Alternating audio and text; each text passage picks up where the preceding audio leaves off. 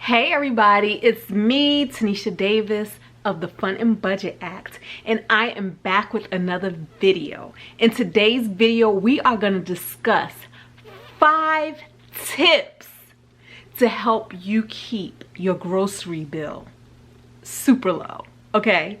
And this video is being made because so many of you have asked me time and time again, every time I do a video, how is it that my food budget is so low? Okay, now let's talk about this. When you look at my budget, you will have to add my line item for groceries plus my line item for restaurants. Then combine that, and that is my food budget for the month, or what I spent on food for the month. Also keep in mind that my budget is super low because I am a single person feeding myself. I'm not feeding children. Even though my son lives with me, he is responsible for his own food, and I'm not feeding anybody else. So yeah, so I'm pretty much just feeding myself. And then also keep in mind that I have a super heavy travel schedule. I usually travel for pleasure once a month, and that also contributes to my low food cost, because if I'm not here to eat, I'm not buying any food. And normally if I'm eating on vacation, that line item goes into my vacation expense, what I spent on vacation. Okay, so those are some caveats to keep in mind. But what we're going to talk about are my best practices for being mindful when it comes to my food budget. Okay, tip number 1 is to meal plan weekly. This is what I do.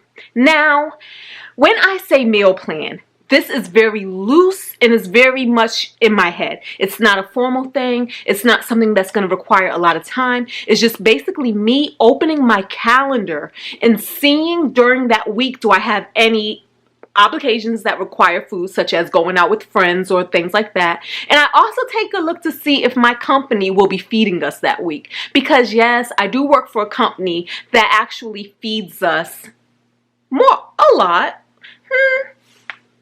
I would say most definitely at least once a month, but then sometimes it's more than that, depending on what is going on. Do we have all hands? Do we have exercises? Do we have training days, which the company will be picking up the expense of our food? When I know that, I know exactly how many days I need food for out of my own pocket. So that's the first thing I do. Okay, the second thing I do is I see what coupons for local restaurants I already have, and I incorporate that in my meal plan. For instance, Ruby Tuesdays is really good for giving the buy one get one 50% off. When I do something like that, I may say, okay, let me go there and let me get 2 meals, and then when I get home, I actually repackage those meals to make more meals. 2 meals, I can normally stretch it to about 4 meals, because what I will do is supplement. Should I make some beans? Should I make some rice to actually make this meal go longer, and that I can actually package up smaller sizes? I find that when you're single, the cost of buying groceries and eating out roughly comes to about the same, only because when you buy groceries, a lot of times you're buying bigger serving than you need, and so sometimes food actually goes to waste, right? So I did an experiment, and I was like, you know what? Even when I buy more groceries and don't eat out, or if I ate out more and bought less groceries, the numbers still roughly come out to about the same thing. Okay, I will also look at apps like Chick-fil-A, for instance. Chick-fil-A in my neighborhood, if you use the Chick-fil-A app, they're good for giving free things at least once a month, if not more. And so I check those out, and I will incorporate the free things like a free chicken sandwich or free nuggets into my meal plan. The other thing is my credit card, American Express, and I did a video on this before, American Express Gold Card. Check that out right there. They refund $10 a month in Cheesecake Factory. So I definitely make sure that I incorporate my once a month Cheesecake Factory $10. I showed y'all that I can get this bomb kale salad with that. I will incorporate that also into my meal plan. All right, guys, so it is like 9 p.m. right now. I am just getting home from work. I did 12 hours. So I want to show you guys. I told you that my company was ordering lunch for us today. And so for lunch today, I ate a side Caesar salad. So not even a big portion salad, but a side Caesar salad. And I ate one of these quesadillas. And I was full. I was done. So as you can see, I have my quesadilla, which I'm about to repackage up for storing. And then I also have my full crab cake meal, and I ate some of the fries. So I have the full crab cake meal, and I'm about to package this up for storing. And so this can cover dinner and food on the weekend. Tip number 3. Again, when eating out, because maybe you're being social or maybe you just choose to, I try to be mindful of what I'm ordering. I try to order things that I know come in bigger portions. That way I will have leftovers that can last me for another meal. I told you before that I can turn one meal usually into 3. I can. And so that's another tip that I have that keeps my expenses low. Very rarely do I sit at a restaurant meal and eat the whole thing unless I'm just really hungry. I normally bring home leftovers, and normally those leftovers will serve for more meals that I don't have to spend money on. Yesterday I went to this fabulous noodle restaurant. Oh my goodness, these noodles were so good. This was one serving. Now, it did cost me $17. That included a $3 tip, but it made 2 servings. $17 is, again, on the high side, but keep in mind, I am single. I don't have children to feed. So when I go out, I'm just feeding myself. And to me, that is also not as expensive as buying full-out groceries. So this made 2 meals. My lunch yesterday. Today is Thursday, so this will actually be my lunch again on Friday. Why? Because I am strategic when it comes to food. I really am. Today, my company is treating us for lunch. So I ordered crab cakes, mashed potatoes or a baked potato. I don't know which comes with it. A Caesar salad, and a blueberry pie. That meal will be my lunch and possibly dinner for today. The blueberry pie will actually be tomorrow's breakfast. Don't judge me.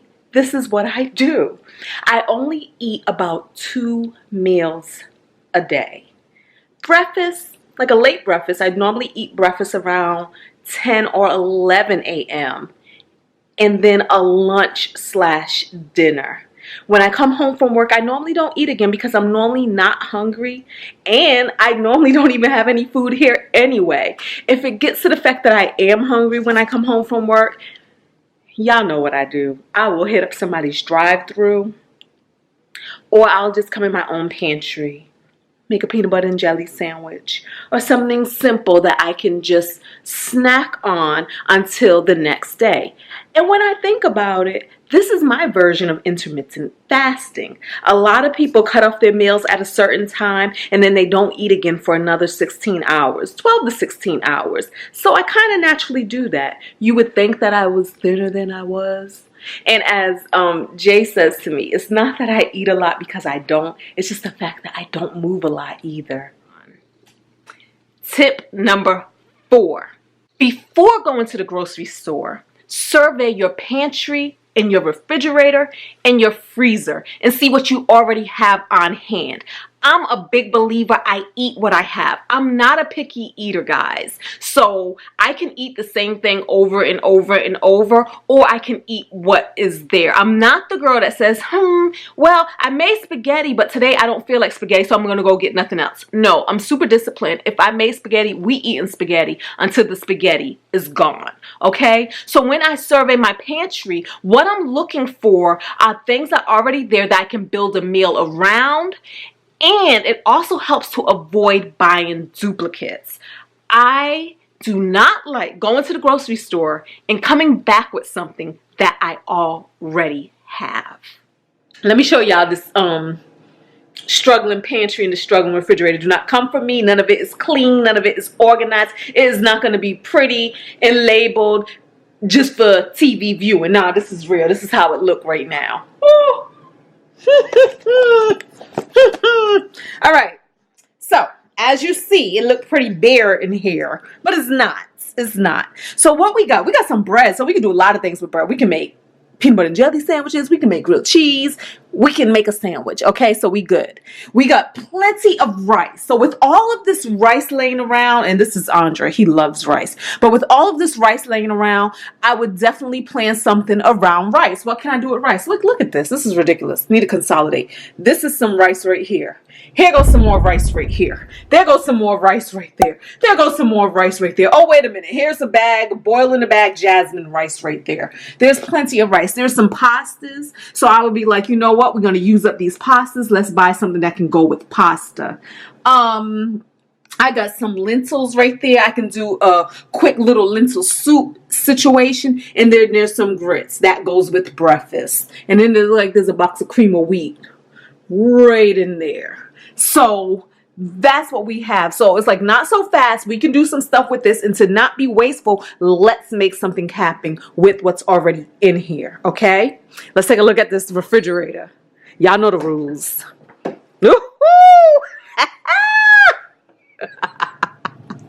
There's lots of condiments. So one of the things I would have to do is actually go through these condiments and throw out what's no longer good. That's one thing. But again, with condiments, before I go buy more condiments, I take inventory of what do I already need. There's some hot sausage in here. There's some hot dogs in here. There's really not much going on in here. Some lettuce that are probably all wilted. There's an onion. That's an onion in that drawer. So that's what will happen in there. And then in this freezer, what's going on? All right, I just went to the store yesterday because I'm about to go out of town, and I picked up these little pizzas for Andre just because I was feeling nice. But we got fish in here, and we have this situation right here from Trader Joe's, the orange chicken. So I would definitely say, okay, we're going to do something with this chicken. We're going to do something with this fish. And so I probably wouldn't even buy a protein when I go to the grocery store. I would plan my meals around. And this right here, look, this and some rice and whatnot. Go get me a vegetable. We good. We got plenty of fruits up in here to make us some smoothies. That, my friends, is how it would all go down. The fifth and final tip is to eat what you have and reduce waste by only shopping for what you need by the week.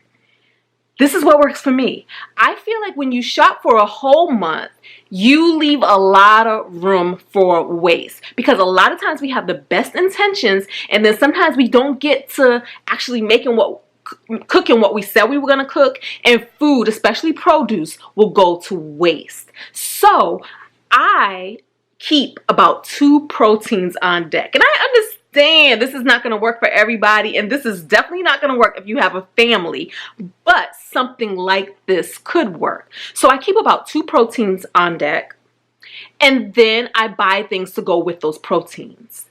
As I cook the meals, if I have to go to the grocery store again during the week, I just take that hit to my time and I make that happen, because I rather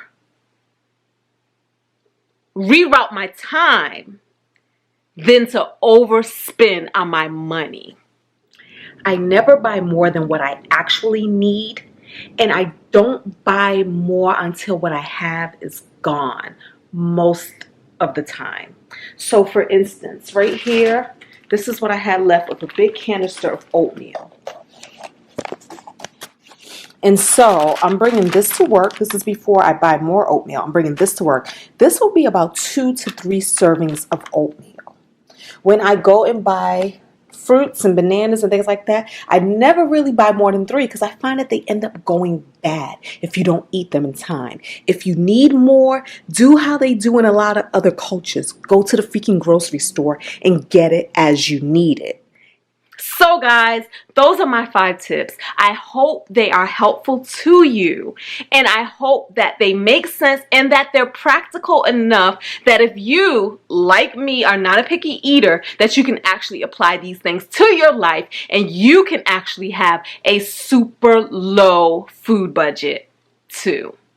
Until the next time, guys, don't forget to thumbs up, subscribe if you're not already a member of the Fab family, and leave a comment below with some of your best tricks for keeping a low grocery bill.